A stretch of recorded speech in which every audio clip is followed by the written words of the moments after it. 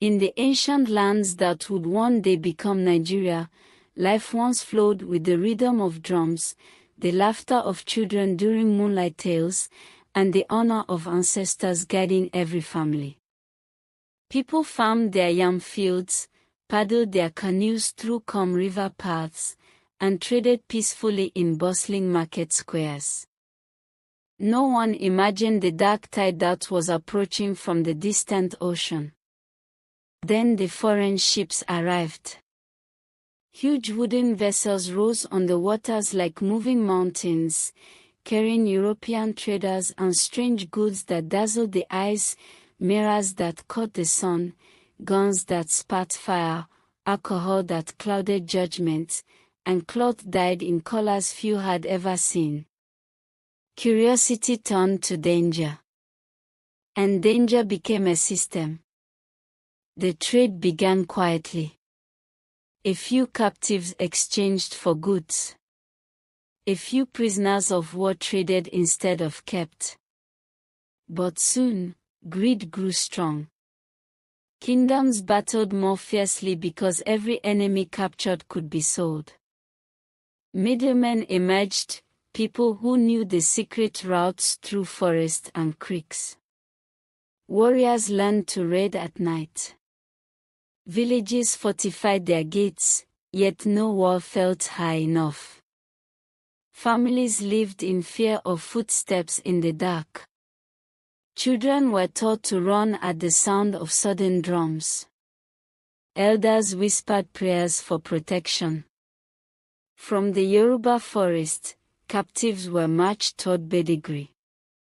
From Igbo villages, they were taken toward Arochukwu, into the feared Long Juju shrine where some were condemned to slavery. From the Niger Delta, canoes carried captives to ports like Bonny, Opobo, and Calabar. From the Hausa kingdoms, raids along trade routes swallowed travelers and strangers. The journey to the coast became known as the Path of Sorrow. Chains tightened around wrists and ankles. Necks were bound with iron hooks.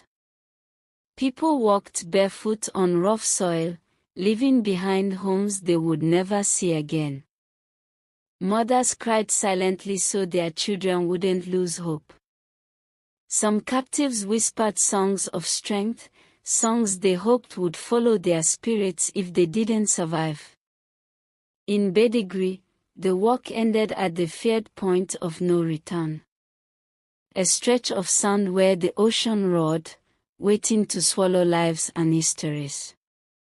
Captives were forced to look toward the sea so they would not see their homeland again as they boarded the ships. On the coast, the trade grew into a powerful industry. African middlemen negotiated with Europeans. European traders exchanged guns for human lives. Kings gained wealth and influence by controlling access to the ports. Wars increased because every conflict meant more captives. And every captive meant more power for someone. Yet not all communities surrendered to the system. Some clans built hidden settlements deep in the forest. Hills and caves became sanctuaries. Warriors ambushed raiders. Villages united to protect their people. Resistance lived even in the darkest night. But still, the ships kept coming. Inside the vessels, the air was thick with suffering. Bodies packed tightly. Chains rattling. People crying in languages that would soon be scattered across oceans. Many did not survive the voyage. Many were buried in waters where their names dissolved but their spirits continued onward. When the ships reached the Americas, the Nigerian people, Yoruba, Igbo, Hausa, Efik, Ibibio, Ijaw, Nupe, Tiv, Idoma, Benin, and others, were sold into labor on plantations. Their names were changed. Their identities were attacked. Their languages were forbidden. Yet their culture refused to die. Beats of the drum traveled across the Atlantic. Proverbs resurfaced in places they had never seen. Traditional food survived in unfamiliar kitchens. Spiritual beliefs hid themselves inside new religions. The grace, resilience, and wisdom of an entire people refused to vanish. Generations passed, but the memory remained.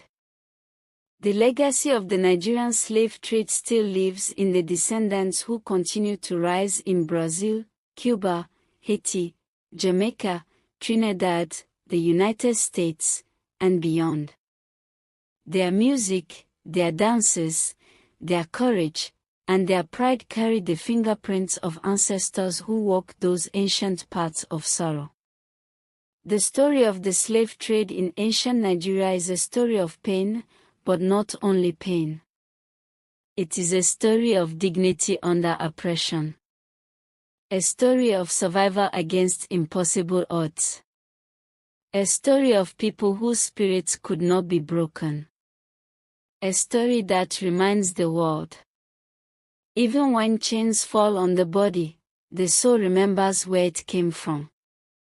And the soul refuses to be erased.